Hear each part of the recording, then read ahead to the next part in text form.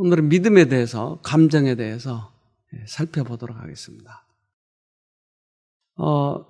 우리 조상 할머니가 죄에 넘어가는 것은 뭐 때문에 넘어갔죠? 감정 때문에 넘어갔어요. 그래서 먹음직하고 보암직했어요. 그것이. 창세기 3장 6절 여자가 그 나무를 본즉 먹음직도 하고 보암직도 하고 지혜롭게 할 만큼 탐스럽기도 한 나무인지라 여자가 그 실과를 따먹고 자기와 함께한 남편에게도 주매 그도 먹은지라. 네. 그러니까 이제 3번이나 연속 감정을 건드렸어요. 먹음직, 보암직, 탐스럽게 보이는. 그러니까 하나님만이 알고 있는 영역을 자기도 좀 알고 싶어 하는 거예요. 그러니까 그 부분에서 욕심을 낸 거예요. 그러니까 이 감정을 가지고 건드린 거예요. 사단이 들어올 때는 우리들의 감정을 잘 이용해요. 그래서 특별히 그 마음의 병이 있는 환자들이 이 부분을 많이 나타내요. 저 사람이 나를 때리려고 해요. 전혀 그러지도 않은데 내가 이것을 먹으면 죽는다는 거예요.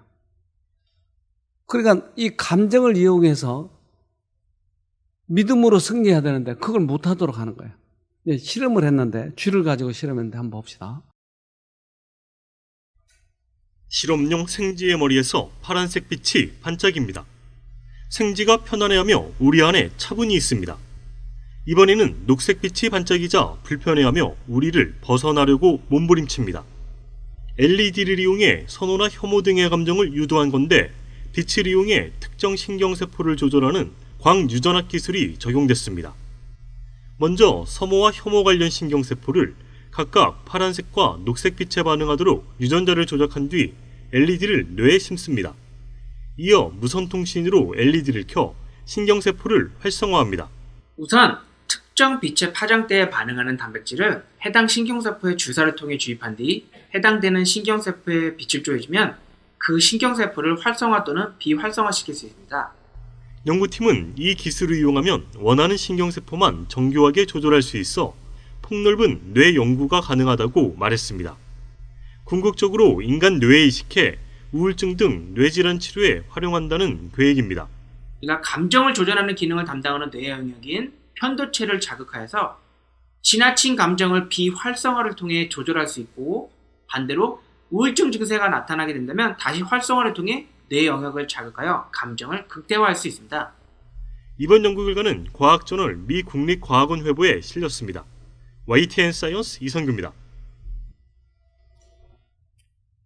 이 실험이 재밌겠네요.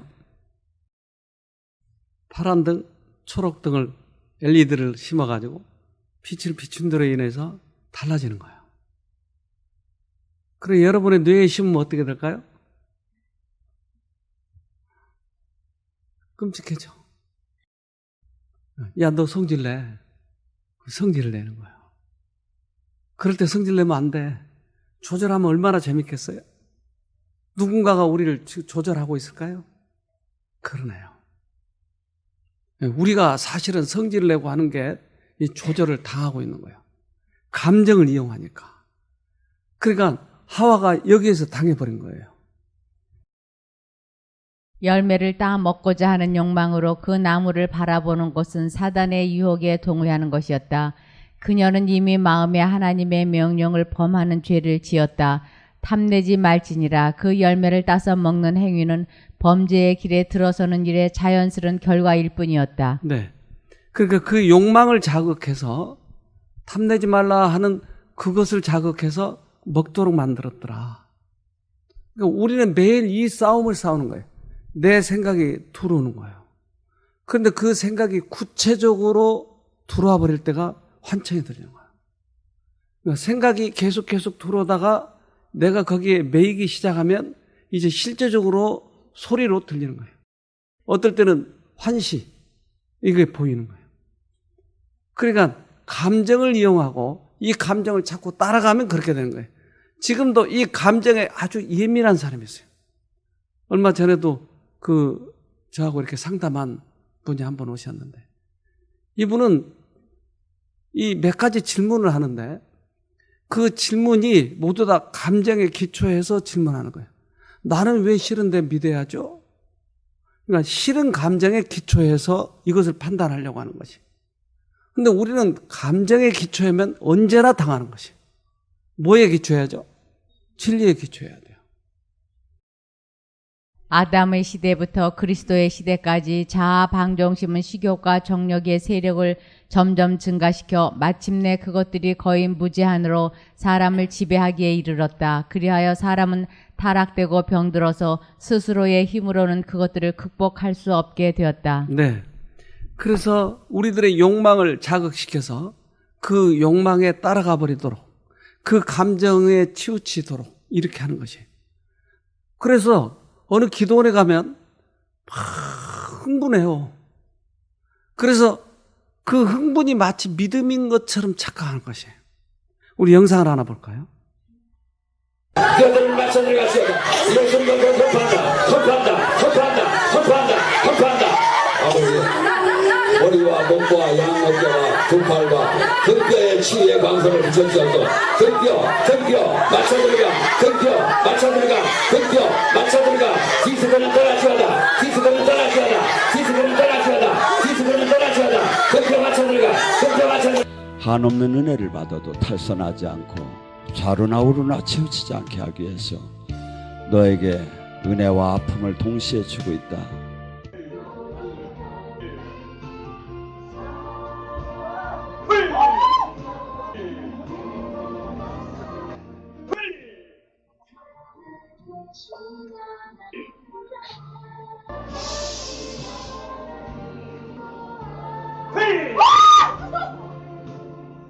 주님의 능력으로 권능으로 임하시는 주님을 만나시기 바랍니다. 여러분들은 지금 주님의 임재가 여러분 전체에게 미칠 것입니다. 주님의 임재가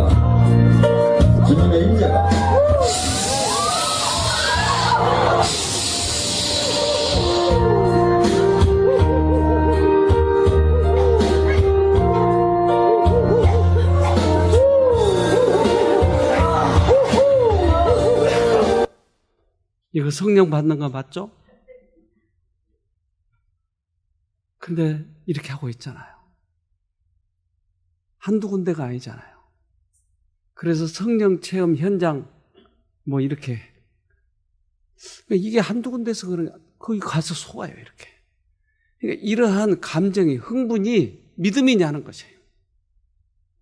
근데 우리는 이런 데서 속지만 우리 생활 속에서도 속는 것이 흥분하고 그래서 으쌰 이것이 믿음인 줄 안다고 하는 거죠.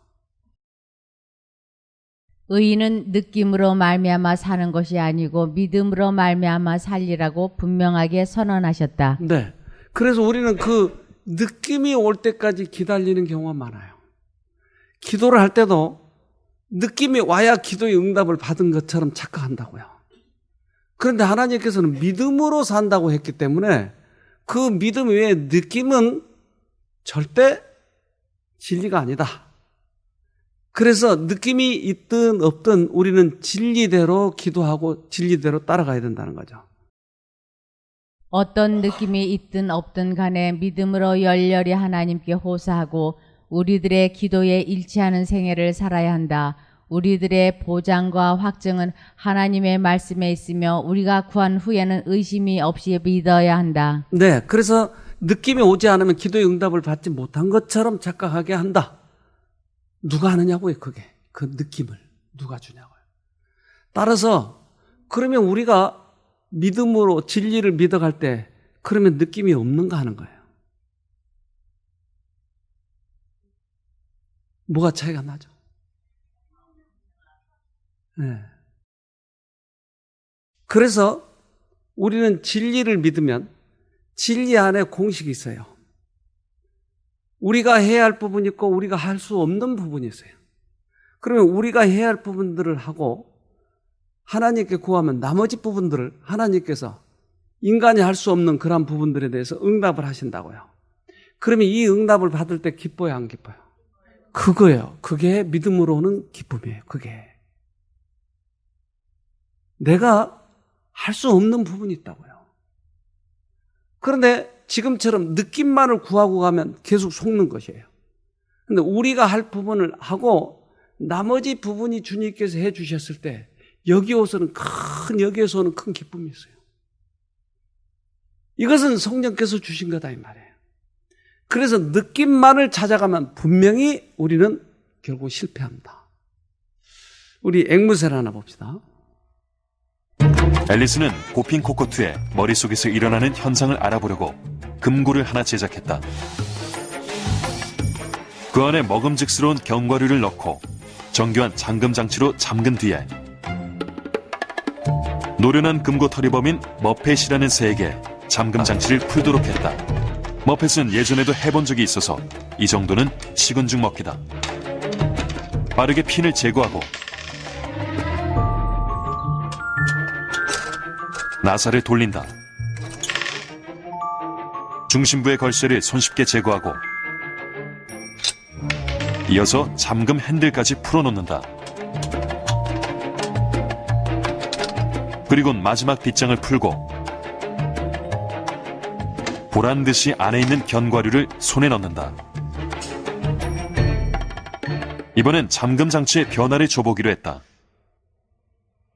After the cockatoos had cracked the problem, 두 번째 we 실험에서는 tested whether they were only running 머펫이 through a 단지 sequence of 학습받은 learned 순서대로 behaviors 문제를 해결하는 or 건지 whether they could react 아니면 변화에 flexibly to 유연하게 changes. 대처하는지를 시험해봤어요. 머펫이 순서를 외울 수 없다는 걸 확인하고자 앨리스는 잠금 장치에 변화를 주고 어떤 부분은 완전히 제거했다. 부품들을 다 다르게 조합해 머펫에게 전혀 다른 과제를 제시한 것이다. 가운데에 있는 걸쇠를 제거했기 때문에 상단부는 거치지 않고 하단부의 잠근 장치만 풀면 되는 것이다. 더 쉬운 문제처럼 보일 수도 있지만 사실 완전히 다른 문제이기 때문에 다른 해결책이 필요하다. 머펫이 만약 이를 모른다면 이전에 했던 방법을 반복하면서 상단부의 핀으로 돌진할 것이다.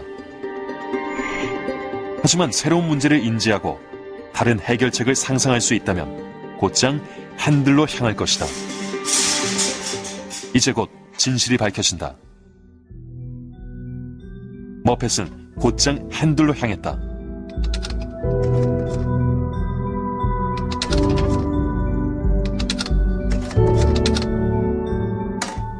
그리고 빗장을 풀었다. 10초도 안 돼 먹이를 손에 넣었다. 머펫은 처음부터 문제를 바로 인지했다. 이것은 머펫의 사고방식을 이해하는 중요한 단서를 준다. 문제점이 무엇인지 살피고는 머릿속으로 해결책을 그렸던 것이다. 이 앵무새의 머릿속에는 뭐가 들어있는지를 지금 테스트하는 거예요. 그러니까 반복만 했다면 그 문제를 풀지 못했을 거예요. 그런 머릿속에 있는 그런 유연성으로 그 다음에 무엇이 들어있을 것을 깨닫고 그 문제에 변형된 것들을 쉽게 해결한다고 하는 것이. 우리는 믿음을 가지고 있으면 절대 그런 감정에 속지 않고 문제를 푸는 것이에요. 그런데 그 문제를 풀었을 때 오는 기쁨이 있을까요? 땅콩이 있을까요? 그럼요. 여기에서 오는 이 기쁨이 우리의 마음을 큰 기쁨으로 이어가는 것이에요. 으쌰으쌰 해서 흥분해가지고 그것이 아니고 그 믿음으로 승리했을 때 이 환희가 온다니까요. 이것을 기쁨이라고 하는데 이것만을 추구하기 때문에 사람들이 믿음을 갖지 못해서 대부분 실패하는 것이에요. 그래서 미신다 그래서 흥분을 도취시켜서 그들이 그 흥분에 빠지는 거예요. 아까 봤잖아요. 그게 무슨 믿음이에요. 근데 기도를 수없이 많은 곳을 그렇게 하잖아요. 그리고 거기에서 이 음악이 그것을 자극해요.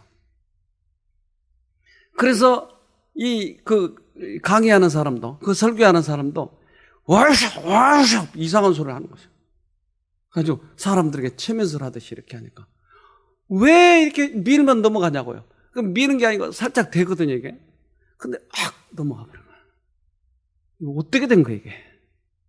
그래서 막 손발을 떨고 이게 믿음이냐고, 이게. 여러분 한번 상상해 보세요. 거기에서 오는 이 흥분은 어디서 오냐는 것이죠. 그래서 믿음과 이 감정을 잘 구분해야 되는 것입니다. 사람들은 그들이 행사할 특권이자 의무인 믿음을 활용하지 아니하고 믿음만이 가져다 줄 수 있는 느낌이 오기를 기다리고 있다. 느낌은 믿음이 아니다. 둘은 명확하게 구별된다. 믿음은 우리가 활용하는 것이나 유쾌한 느낌과 축복은 하나님께서 주시는 것이다. 하나님의 은혜는 살아있는 믿음의 통로를 통하여 영혼에 이르러 오지만 믿음은 그것을 활용하는 데 달려있다. 네. 그 앵무치처럼 문제를 해결해 가는 것은 우리가 하는 것이, 믿음을 활용해서 하는 것이, 어려운 일이 당할 적마다 하나님을 불러서 이기는 것이, 이때 오는 그 기쁨이, 죄와 싸워서 이기는 기쁨이 얼마나 큰지 몰라요. 아, 이거 해냈다. 주님께서 나를 도우셨다. 그래서 그 느낌만을 추구하지 말고 믿음을 활용해서 얻은 느낌을 받아야 된다고 하는 것이죠. 우울증 환자들은 대부분 우울해요. 그래서 아직 오지 않는 그런 어려움에 대해서 미리 어려움을 생각하면서 스스로 우울해져 버린 거예요. 우울증 환자들이. 그럼 이것이 기쁨이 오면 이것이 믿음이냐는 것이. 특별히 조울증 환자들은 조증, 우울증이 같이 있기 때문에 기분이 확 좋았다가 툭 떨어지면 한없이 떨어지는 것이. 그러면 확 좋았을 때 이것이 믿음이냐는 것이죠. 이것은 병이에요, 병. 으쌰으쌰 하는 게 병이라니까요. 이게 감정에 당했다니까요. 그러니까 수없이 많은 그런 사람들이 하와처럼 당하고 있는 거예요. 제가 새로 나온 교회 있을 때 거의 대부분이 그런 경험을 가지고 오셨어요. 그래서 방언도 잘하고 그것도 잘하고 그래요. 근데 방언도 한 가지가 아니에요. 어떤 사람은 룰루룰루, 어떤 사람은 롤롤롤로, 어떤 사람은 내 방언은 이쁘다고 하는 거예요. 이쁜 방언. 네 것은 안 이쁘다고 하는 거예요. 방언이 무슨 이쁘고 안 이쁘고가 있어요? 그래서 사우디 말처럼 이렇게 하는 사람도 있고 여기 사우디 말 하는 사람도 있어요. 어떤 사람은 베트남 말 같이 하는 사람이 있고, 그래서 그것이 진짜 베트남 말인지 그게 진짜 사우디 말인지 그래서 통역하는 사람을 시켜봤더니 각기 다 다른 말을 하는 거예요. 그거 이상한 말들이에요, 전부 다. 네. 여기에서 오는 그 느낌을 마치 믿음이라고 착각하는 거예요. 그러니까 초점을 어디다 두느냐는 것이. 우리가 느낌이 믿음이라고 착각하면 결국 사단에게 다 속는 것이에요. 근데 우리가 믿음으로 승리했을 때 오는 주님께서 주시는 이 기쁨은 그 갖고 전혀 달라요. 믿음, 차가움, 뜨거움 이런 것들이 믿음이냐고요? 아니요, 그건 관계없어요. 감정이 침울해졌다고 하여 하나님이 변하신 것으로 생각지 말라. 그대는 하나님의 말씀을 신뢰하며 감정에 관계없이 여전히 하나님을 찬양하라. 그대는 믿음으로 행하고 감정에 의하여 지배되지 않을 것을 서약하였다. 감정은 환경에 따라 변한다. 네. 그러니까 우리들이 감정이 변했다고 해서 하나님은 나에게서 멀리 떠났느냐? 그렇지 않다니까요. 이것 때문에 대부분 많은 사람들이 우울증에 빠져버리고 하나님에게서 멀리 떠나버리고. 야곱도 그랬잖아요. 그가 형하고 그 속이고 나서 팥죽 팔아먹고 나서 하나님과 멀어져 버린 것처럼 착각을 했어요. 그러나 그에게 하나님은 가까이 있었나요? 뭘로 보여줬죠? 사다리. 바로 옆에 계셨어요. 감정은 우리가 신뢰할 것이 아니에요. 감정은 금방 변하는 거예요. 그래서 이 감정과의 싸움이 필요해요, 때때로. 두 그룹 중 한 그룹은 화를 공격적으로 표출하게 했고 다른 그룹은 명상을 하게 했습니다. 이 실험 결과에서 화가 났을 때 명상을 한 사람보다 공격적으로 화풀이를 했던 사람이 이후 더 공격적인 성향을 보였습니다. 아재 잘못했나요, 선배님? 그걸 말이라고 하니? 죄송합니다. 화를 표출해도 화난 감정은 그대로 남아 있습니다. 죄송해서? 네. 진정성이 없잖아, 진정성이! 죄송합니다. 너 지금 그렇기 방송 때문에 뭐 계속해서 화를 표출할 수 있는 공격적인 행동을 할 가능성이 높아지는 거죠. 치고 있잖아, 지금! 그게 아니라. 내가 몇 번을 말을 안 하더라!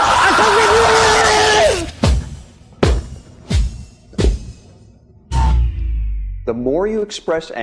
분노는 표현할수록 더욱더 커지게 됩니다. 왜냐하면 우리가 분노를 반복할수록 다른 사람들이 한 모든 나쁜 일, 잘못된 일과 같은 촉발 사고를 계속해서 되새기기 분노에 때문입니다. 관계되는 변연계가 자주 활성화되면 이를 조절하는 전전두엽의 기능이 노화돼 제 역할을 못하게 됩니다.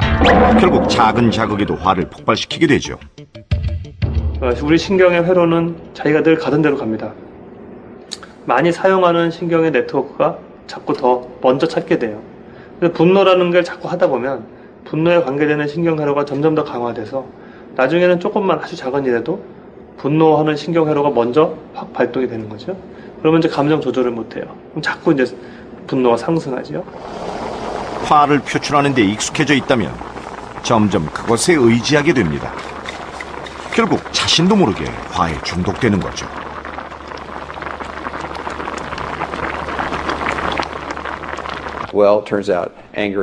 분노 자체가 만성이 되면 좋지 않습니다. 자신에게만 안 좋은 것이 아니라 대인 관계에도 좋지 않습니다.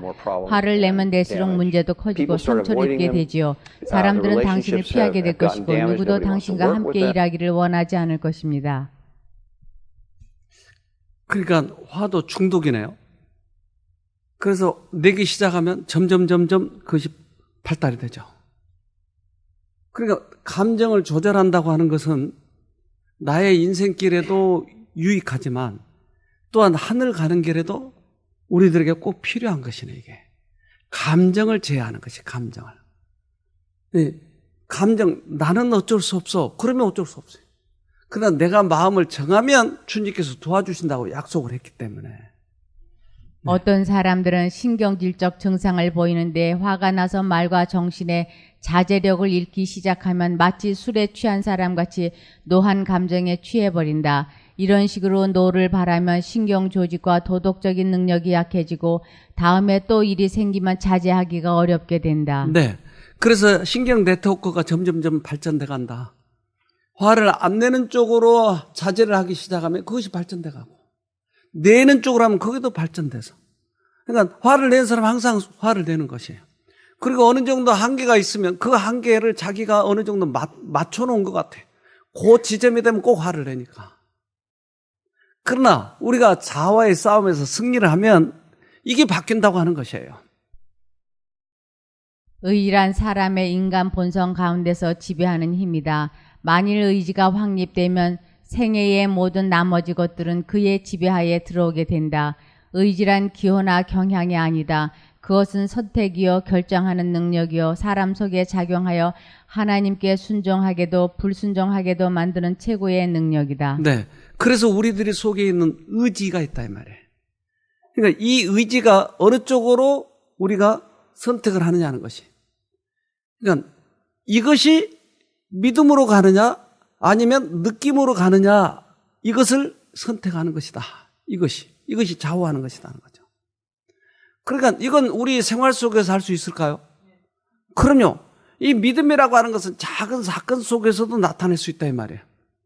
예를 들면 이게 방송국이 있는데 KBS냐 MBC냐 우리가 어느 쪽을 선택하느냐 하는 것이 믿음이냐 감정이냐는 것이 우리 안에는 둘 중에 어느 쪽을 선택하냐 할 수 있는 그런 권리가 있다 이 말이에요. 그래서 감정으로 들어올 때 믿음으로 쳐다봐서 이기면 이건 대단한 싸움인 것이 승리인 것이 이것은.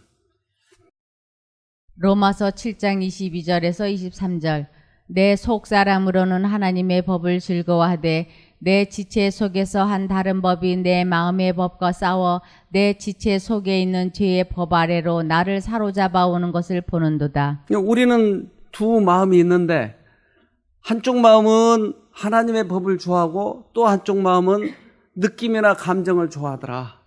그러니까 어느 쪽을 선택하느냐에 따라서 나의 운명이 결정이 되는 것이. 근데 꽤 많은 사람들이 감정을 따라가니까 나를 사로잡아 오는 것을 보는도다. 그래서 이 감정에서 헤어나기 위해서는 나보다 더 큰 능력을 의지해야 되는 것이에요. 로마서 8장 7절 육신의 생각은 하나님과 원수가 되나니 이는 하나님의 법에 굴복지 아니할 뿐 아니라 할 수도 없습니다. 네. 그러니까 육신의 생각과 하나님의 생각이 달라요. 그런데 대부분의 사람들은 육신의 생각은 감정에 결국 지배를 받고 있다고 하는 것이에요. 그러니까 그 육신에 가지고 있는 이 생각을, 이러한 법을 하나님께 굴복하려고 하니까 이게 너무 힘든 거예요. 그러면 우리는 하나님 쪽을 선택하면 하나님의 법을 좋아하게 돼 있다 이 말이에요. 내가 이 근본적인 문제에서 해결이 될 때 우리는 큰 승리의 기쁨을 얻게 되는데 그것이 믿음으로 오는 기쁨이에요. 그게. 유다는 어떻게 해서 예수님을 팔았죠? 유다 받아들였죠. 그러니까 뭐에 굴복했을까요? 그가 육신의 생각이 뭐였을까요? 무슨 죄, 무슨 감정일까요? 그게 유다가 좋아하는 어떤 감정이 있었을까요? 이기심. 네. 그는 악한 욕망, 탐욕, 복수심이 가득 찬 감정, 음침하고 음울한 생각 등을 품고 있다가 마침내 사단에 완전히 장악되었다. 자, 우리를 사단이 장악할 때 이렇게 하는 것이에요. 그래서 우리에게 음침한 생각 또는 어떤 욕망, 이걸 자꾸 집어넣어 주는 거예요. 그러면 그대로 따라가면 나중에 확 붙잡아요.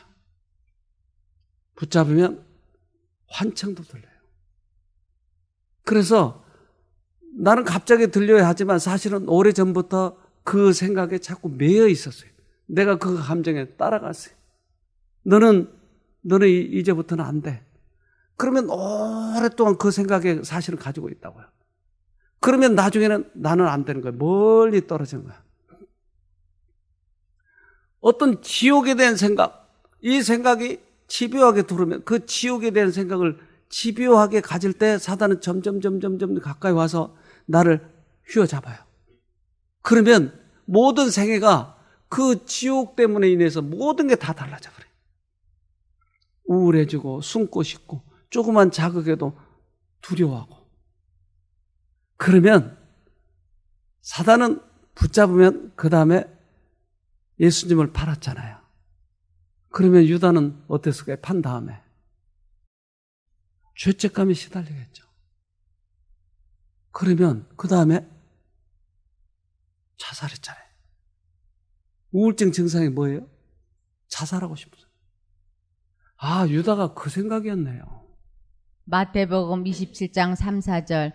예수님을 배반한 유다는 예수님이 유죄 판결을 받은 것을 보고 양심의 가책을 느꼈습니다. 그래서 은 30개를 대제사장과 장로들에게 돌려주었습니다. 유다가 말했습니다.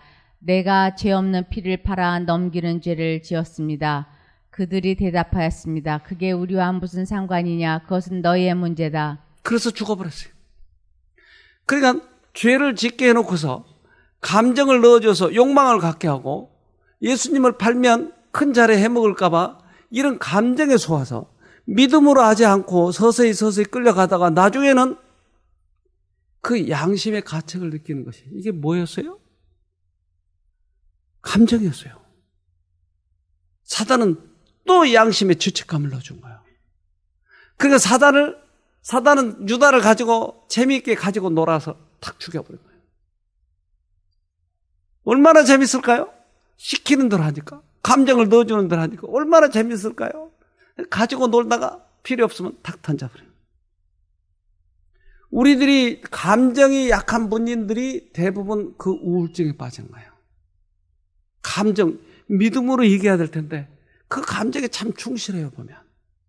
그래서 얼마 전에 온 그 아주 등치도 좋고 외모도 좋고 아주 이 남자만큼 키도 크고 그래요.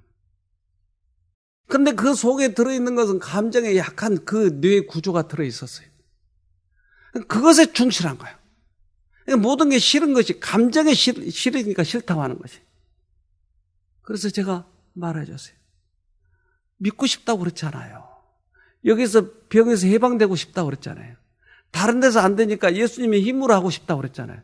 그러면 진리를 따라가야죠. 왜 그 감정 때문에 계속 나에게 질문한 거 똑같이 감정만 얘기합니까? 그랬더니 번쩍 깨달은 거예요. 자기가 얘기한 모든 것이 자기 감정의 기초에서 나한테 얘기한 것이. 난 그게 싫어요. 왜 싫어요? 내가 싫으니까요. 그런데 진리에서는 그것을 따라오라고 그랬잖아요. 감정을 얘기하고 나는 진리를 얘기하니까 자꾸 얘기가 엉긋나 서로. 근데 그것을 다 깨달은 다음부터 아차 싶었나 봐요. 그러면 제가 좀 다시 생각해 봐야 되겠는데요. 우리는 믿음으로 구원을 얻는 것이지 감정으로 구원을 얻는 건 아니에요. 네. 그대의 감정이 침울해졌다고 하여 하나님이 변하신 것으로 생각지 말라. 그대는 하나님의 말씀을 신뢰하며 감정에 관계없이 여전히 하나님을 찬양하라. 그대는 믿음으로 행하고 감정에 의하여 지배되지 않을 것을 서약하였다. 감정은 환경에 따라 변한다. 네. 감정은 변하는 것이. 그러나 진리는 변하지 않아요. 예수님도 그 감정과 싸우셨을까요? 예수님이 십자가에 달려 돌아가셨을 때 예수님이 마지막으로 이 말씀을 하셨어요. 마태복음 27장 46절 제9시쯤에 예수께서 크게 소리질러 이르시되 엘리 엘리 라마 사박다니 하시니 이는 곧 나의 하나님 나의 하나님 어찌하여 나를 버리셨나이까 하는 뜻이라. 하나님이 버렸어요, 안 버렸어요? 근데 왜 버렸어요? 그러니까 예수님이 돌아가신 그때 하나님이 바로 곁에 계셨어요. 그러니까 언제나 예수님을 하나님께서는 언제나 돌보셨어요. 이 땅에 사시는 동안에. 그래서 끊임없이 예수님이 구하면 도와주고 구하면 도와주고 그 자비스러운 하나님의 사랑이었어요. 그런데 이제 이 예수님이 마지막 돌아갔을 때 그 죄의 짐을 다 지고 돌아가셔야 돼요. 근데 이때 감정이 들어왔어요. 나를 영원히 버리셔버린 것처럼. 그때 이것과의 싸움이었어요. 어찌하여 나를 버리셨나이까. 그때 예수님은 어떻게 했을까요? 무엇을 활용했을까요? 믿음을 활용했어요. 언제나 그분은 나를 버리시지 않는 분이야. 나를 목숨보다 더 사랑하시는 분이야. 이것으로 이기셨어요. 그가 순종하는 마음으로 자신을 하나님께 맡겼을 때 아버지의 은총을 잃어버렸다는 느낌은 없어졌다. 믿음으로 그리스도는 승리자가 되셨다. 예수님이 결국 감정과의 싸움에서 승리하셨네요. 믿음으로 승리한 것이에요. 아버지가 나를 버리셨다는 이 감정이 아버지의 과거의 생애를 생각하면서 품성을 생각하면서 믿음으로 자기를 바쳐버리니까 거기에 감정이 없어져 버렸다. 우울증 환자가 벗어날 때는 이렇게 벗어나야 되는 것이. 기가 막히게 나를 막 짓누를 때 과거 예수님이 나를 인도하신 그 손길을 잊어버리지 말자고 하는 것이. 까짓것 죽으면 죽지. 내가 믿음으로 이겨봐. 그랬을 때 내가 나를 던져버렸을 때 여기에서 그 감정이 사라져버리기 때문에 느낌이 없어져 버린 것이요. 믿음으로 승리한 것이요. 따라서 우리는 우리 안에 있는 우리들의 영적 구조, 우리들이 가지고 있는 믿음을 잘 활용해야 되는데, 예를 들면 우리는 이 의지력과 자제력이 있어요. 의지력은 어떤 일을 성취하고자 할 때 끊임없이 하나님의 힘을 빌어서 밀고 나가야 되는 것이에요. 근데 내가 하지 말아야 될 것, 내가 먹지 말아야 될 것에 대해서 싸울 때는 자제력을 사용해야 되는 것이에요. 그러니까 이 의지력과 자제력이 우리 안에 들어있다 이 말이에요. 언덕을 오를 때는 엑셀을 사용해서 밀고 올라가야 되는 것이에요. 그런데 언덕을 내려올 때는 브레이크를 밟아서 속도를 조절해야 되는 것이에요. 이것이 우리 가운데 있는 힘이에요. 이 의지력과 자제력을 한마디로 하면 뭐라고 할까요? 이걸 품성이라고 해요.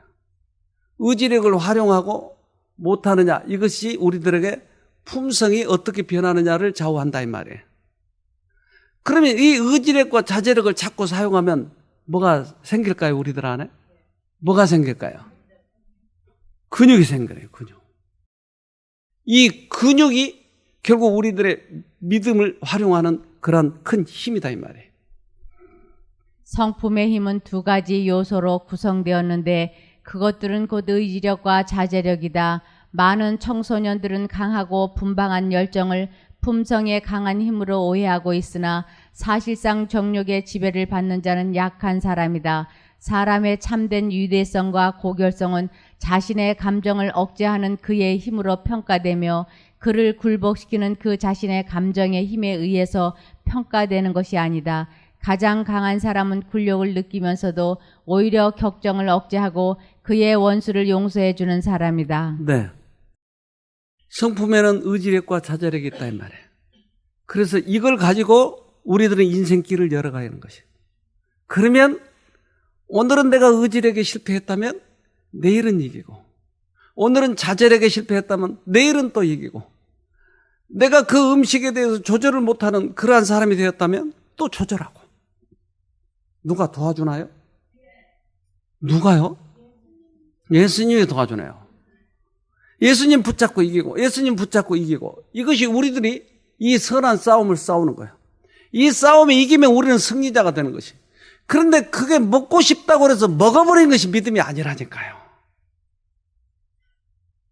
내가 흥분이 되어가지고 그 흥분이 들썩들썩 하는 것이 그게 믿음이 아니라니까요. 우리는 진리를 따라서 가야 돼요. 거기서 오는 큰 기쁨이 다르게 있어요. 제가 가끔 교도소 들어가가지고 했었어요. 그 몇 번 들어갔더니 나중에 조금 요령이 생기더라고요. 여기서는 절대 예수 얘기하면 안 돼요. 부처님 얘기하면 안 돼요. 여기서는 종교 얘기 못하게 해요. 단지 그저 강의만 하라고 하는 것이. 이 강의를 하는데 이 사람들이 왜 교도소 들어왔죠? 감정 조절을 못해서 들어온 거예요. 그래서 이 사람들에게 가장 관심 있는 것은 결국 이 부분이었어요. 몇 번 들어가 보니까 요령이 생기더라고요. 그러니까 술 먹다가 술집 아주머니가 돈은 안 낸다고 성질 부리니까 죽여버려요. 그래가지고 들어와 버렸어요. 자기 마누라 두들겨 패가지고 반 죽을 뻔 되니까 고발해가지고 들어왔어요. 이런 사람들이더라 이 말이에요. 돈 사기치고 싶어서 돈 사기치다가 들어온 거예요. 모두 다 이 사람들은 감정 조절이 안 돼서 들어왔어요. 뭐 어떻게 하죠? 손을 잘라버릴까요? 도박한 사람은 잘라야죠. 아니면 묶어놓을까요? 그러니까 그 팔찌 차고 들어오잖아요. 전자팔찌. 감정 조절이 안 된 것이에요. 어떻게 하죠? 그래서 이 사람들에게 하나님 얘기 못하게 하니까 그냥 보고 거기다 부르짖으세요. 그러면 돼. 그럼 요거 하나만 돼. 네. 거기 보세요. 그럼 뭘 부르라고 하는지 알아요. 이제 그 사람. 믿음으로 승리하는 것이. 베드로전서 2장 11절 사랑하는 자들아 나그네와 행인 같은 너희를 권하노니 영혼을 거스려 싸우는 육체의 정욕을 제어하라. 네. 육체의 정욕을 제어하는 것이 하늘 가는 길이네요. 우리는 이 땅에서 나그네일 뿐이에요. 하늘 가는 과정이에요. 근데 싸워야 할 대상은 육체의 정욕이었어요. 이 감정과 싸워서 이겨야 되는 것이에요. 바닷속에서 상어를 만났어요. 어떨 거죠? 봅시다. 상어와 다이버가 잘 지낸다는 이야기는 그리 흔한 건 아닐 겁니다. 그러나 이번 영상은 우리가 알고 있는 것과는 다른 일이 일어날 수도 있다는 걸 보여주는 듯 하네요. 지난 3월 22일 다이버인 조시 에클스 씨는 미국 플로리다 주피터 지역 근처에 있는 대서양 바다에서 잠수를 즐기고 있었는데요. 그러다 레몬 상어가 그에게 헤엄쳐 다가왔으며 그를 쿡쿡 찔러댔습니다. 이 건장한 상어는 인간에게는 큰 위협을 가하지 않지만 아무리 그래도 바닷속에서 무슨 일이 일어날지는 아무도 모르는 일입니다. 에클스 씨는 상어를 한번 잘 들여다보기로 했습니다. 그랬더니 상어의 몸에 박혀있는 비교적 큰 녹슨 갈고리를 발견했죠. 이 상어는 고통에 시달리고 있음이 틀림없었습니다. 에클스 씨는 겨우 이 갈고리를 붙잡을 수 있었고 조심스럽게 상어의 배에서 잡아당겼습니다. 자유의 몸이 된 상어는 평화롭게 헤엄쳐 사라졌습니다. 이후 몇 초 뒤 이 상어는 한 바퀴 돌아 다시 다이버들을 향해 다가왔으며 이들이 그의 상태를 살펴볼 수 있도록 해주었습니다. 또한 다이버들 주변에서 헤엄을 치며 돌아다니는데요. 아마도 감사의 표시겠죠? 아, 상어가 찾아왔네요. 뭐하러 찾아와요? 이거 빼지 못할까요, 자기 혼자? 안 되네요. 입이 안 되네요, 보니까. 우리가 안 되는 건 어디 찾아가야 돼요? 다이버를 찾아가야죠. 이것이 믿음이에요. 우리가 할 수 없는 부분을 그분에게 맡겼을 때, 그분이 해줬을 때 오는 큰 기쁨이 있다니까요. 믿음은 모든 위급한 때에 그리스도의 손을 굳게 잡는 것이다. 네, 이것이 믿음이에요. 그래서 믿음으로 승리했을 때 오는 기쁨이 있다니까요. 우울증, 감정 이런 거 속지 말고 이제 그런 거 이제 그만 속자고요. 그래서 내가 우울하면 하나님이 나를 버리셨나 봐. 내가 우울하면 다른 사람들 이 얘기도 안 하고 도대체 그렇게 조금까지도 상냥하던 사람이 갑자기 우울해가지고 내가 깜짝 놀란 거예요. 왜 나한테 기분 나쁜 게 있어? 그 감정을 이용해버린 거예요, 사단이. 그런데 감정을 누구나 싸워야 될 문제일까요? 그래서 모세도, 그렇게 훌륭한 모세도 결국은 감정에 휩쓸렸어요. 그가 결국 애굽의 그 사람을 죽였잖아요. 애굽 사람을 죽임으로 모세는 조상들이 누누이 범한 과오, 곧 하나님께서 하시겠다고 약속하신 일을 자신들의 손으로 처리한 과오를 반복하였다. 네. 그러니까 우리는 믿음과 감정의 이 싸움인데 믿음으로 가서 승리해야 되는데 감정으로 자기가 죽여버린 거예요. 자기가 해결하겠다고. 하나님의 뜻은 모세가 생각한 대로 전쟁으로 그분의 백성을 해방시키는 것이 아니라 영광이 그분께만 돌려지도록 그분 자신의 능하신 힘으로 하시는 것이었다. 네. 모세가 실패한 이유가 바로 그거였어요. 자기 힘으로 하려고 했던 것이에요. 그는 아브라함과 야곱이 배운 동일한 믿음의 교훈, 하나님의 약속의 성취를 위하여는 인간의 힘이나 지혜를 의지하지 말고 그분의 능력에 의지할 것을 배워야 했다. 네. 모세가 왜 실패했나? 그것은 자기 지혜를 의지한 것이에요. 자기 힘으로 해보겠다고 하는 것이. 우리들이 평상시에 그러한 선한 싸움을 싸울 때, 악과의 싸움을 싸울 때 내 힘으로 하려고 하면 이렇게 판판이 깨지는 것이. 그런데 하나님을 의지해서 이기면 그것이 믿음이 자라고 믿음의 근육이 생기고 믿음의 승리에서 오는 큰 기쁨이 있다니까요. 이것을 계속해서 우리는 성취하면서 가는 것이에요. 모세는 배우지 않아야 할 것을 많이 배워왔다. 애굽에서 모세를 에워싸고 있었던 영향, 곧 어머니의 사랑과 왕의 손자로서의 높은 지위, 도처에 있었던 방탕과 호화로움, 교활과 거짓 종교의 신비, 우상 숭배의 장엄함과 건축과 조각의 엄숙한 장관 등이 이 모든 것은 개발 중에 있던 그의 마음에 깊은 인상을 주어 어느 정도 그의 습관과 품성을 형성하였다. 네. 그러니까 모세의 성품이 그러한 성품이었다. 신비한 종교, 우상 숭배, 그 완력을 사용해서 사람들을 지배하려고 하는 정신. 그러니까 이것이 일소되어야 되는데 이걸 배우려면 이 광야에서밖에 배울 수 없는 것이. 왜 광야로 데려갔을까요?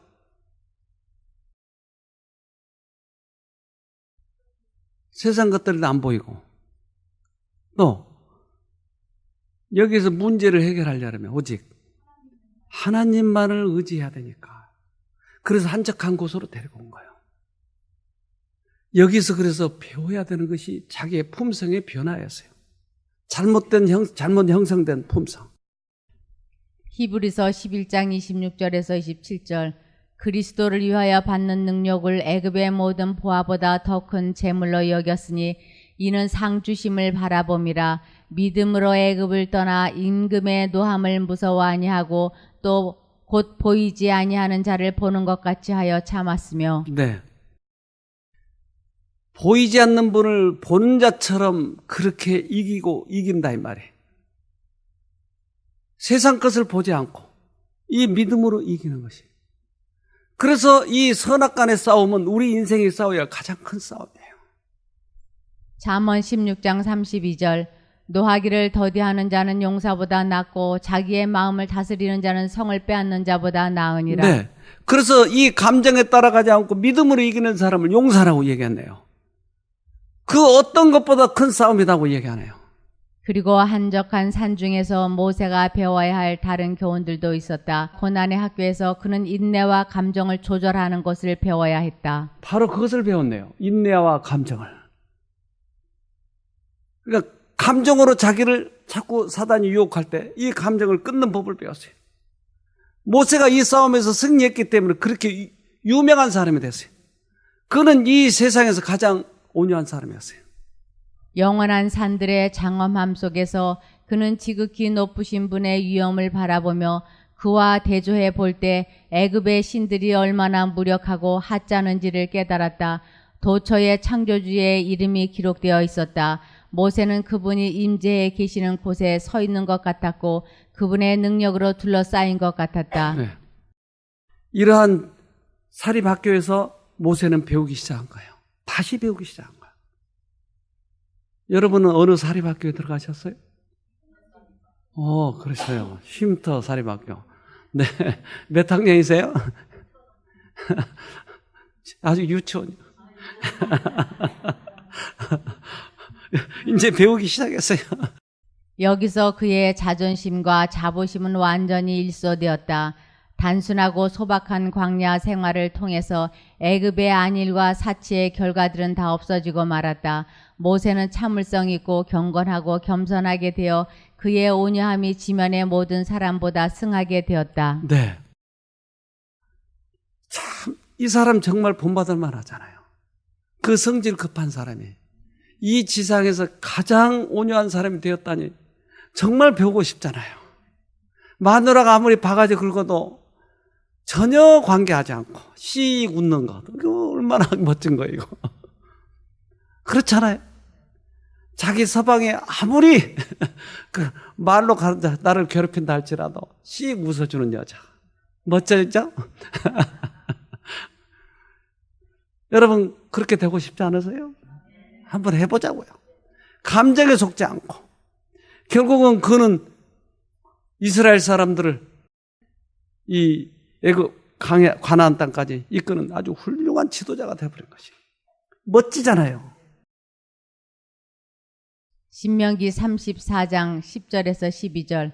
그 뒤에 이스라엘에는 모세와 같은 예언자가 다시는 나지 않았다. 주님께서는 얼굴과 얼굴을 마주대고 모세와 말씀하셨다. 주님께서는 그를 이집트의 바로와 그의 모든 신하와 그의 온 땅에 보내셔서 놀라운 기적과 기이한 일을 하게 하셨다. 온 이스라엘 백성이 보는 앞에서 모세가 한 것처럼 큰 권능을 보이면서 놀라운 일을 한 사람은 다시 없다. 모세는 대면에서 봤네요. 그러니까 그를 그렇게 훌륭하게 만들었던 이유는 하나님을 보았어요. 하나님과 교제를 했어요. 우리를 온유하게 만들 수 있는 방법은 하나님을 매일 부르는 것이에요. 만나는 것이에요. 우리 부모 학생 프로그램 할 때, 이 프로그램 할 때 한 학생이 있었어요. 근데 이 학생은 엄마하고 같이 왔어요. 동생하고. 근데 처음에 올 때 얘가 좀 힘들어 하더라고요. 근데 얘가 강원도 아이인데 얘가 여기 와가지고 많이 변하기 시작하더라고요. 근데 소식이 왔는데 그 아이가 대단히 많이 변했다고 하는 거죠. 어머니가 얘기해요. 야, 그러면 너 동영상 좀 찍어서 보내라. 그랬더니 얘가 동영상을 찍어서 보냈어요. 한번 들어봅시다. 처음에 원장 선생님이랑 상담을 했는데 원장님께서 해주시는 말씀이 저한테 딱 맞는 말씀이더라고요. 그래가지고 정말 좋은 말씀들만 해주셔가지고 이왕 온 거 여기서 정말 그래 좀 좋은 걸 얻어가자고 생각해서 열심히 활동에 참여했어요. 그런데 정말 좀 힘들었던 게 두 가지가 있는데, 한 가지는 죄송한 말씀이지만 좀 밥이 저한테 안 맞더라고요. 그리고 두 번째는 새벽에 일어나는 거였는데, 새벽에 일어나는 것까지는 좀 괜찮았는데 일어나서 숙소부터 쉼터까지 걸어가라고 하시니까 너무 힘들었어요. 네. 너무 완전 겨울이라서 춥고 또 힘들어 죽겠는데 쉼터까지 또 걸어가라고 하시니까 네, 그리고 그런데 쉼터를 갔다 오고 나서부터 정말 많은 게 변했는데요. 지금은 항상 아침 새벽에 일어나가지고 교회에서 새벽 기도를 하고 1시간씩 아침 말씀 묵상을 하면서 항상 학교를 가요. 그리고 쉼터에서 원장님께서 해주신 말씀을 항상 기억하고 기도하는 삶을 살게 되었고요. 그리고 가장 도움이 된 말씀이 잡념을 없애라고 하신 말씀이었어요. 항상 지금도 그 말씀은 항상 기억하고 있는데, 요즘은 고3이라서 공부해야 되는데 그 말씀을 항상 생각하면서 공부하기 전에, 특히 국어 공부할 때 기도하면서 하나님한테 잡념을 없애달라고 하면서 항상 기도하고 공부를 하는데 정말 엄청 많이 도움이 됐어요. 그래가지고 지금 성적도 엄청 올라가가지고 네, 지금은 거의 상위권에 네, 가까워지고 있습니다. 네. 그리고 또 저의 변화뿐만 아니라 가족에도 변화가 많이 있었는데, 특히 엄마가 저를 이해해 주려는 모습이 많이 보이고, 또 엄마가 저를 많이 사랑해 주신다는 느낌을 많이 받고 또 알게 되었어요. 그렇게 생각하니까 또 이제 자연스럽게 저도 엄마를 이해하게 되었고, 네, 서로 정말 이제는 네, 잘 지내요. 다른 가족들이 볼 때 부러울 정도로 네, 잘 지냅니다.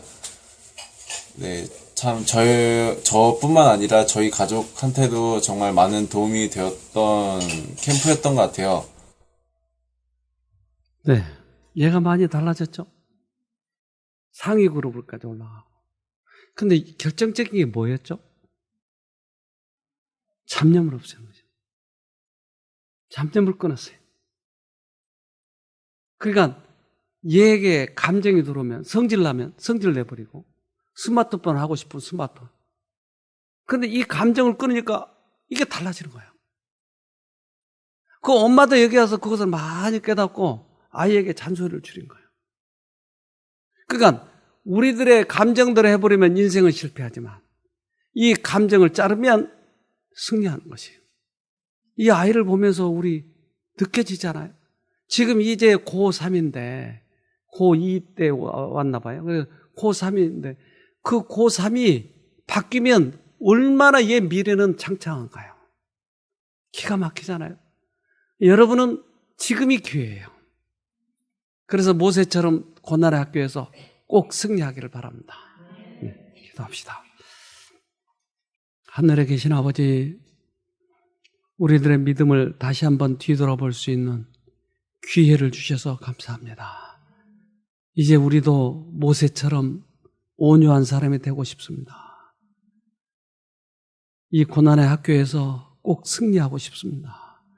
우리들에게 이러한 세상에서 보기에는 불행 같지만 이게 사립학교라고 생각하면 얼마나 큰 축복인지 모릅니다. 다시 한번 승리하여서 나머지 생에 기쁘고 즐겁고 온유한 사람이 되어서 하늘을 쳐다보며 멋지게 살아가는 우리가 되도록 도와주시옵소서. 하늘을 놓치지 않는 저희가 되도록 도와주시옵소서. 예수님 이름으로 기도합니다. 아멘.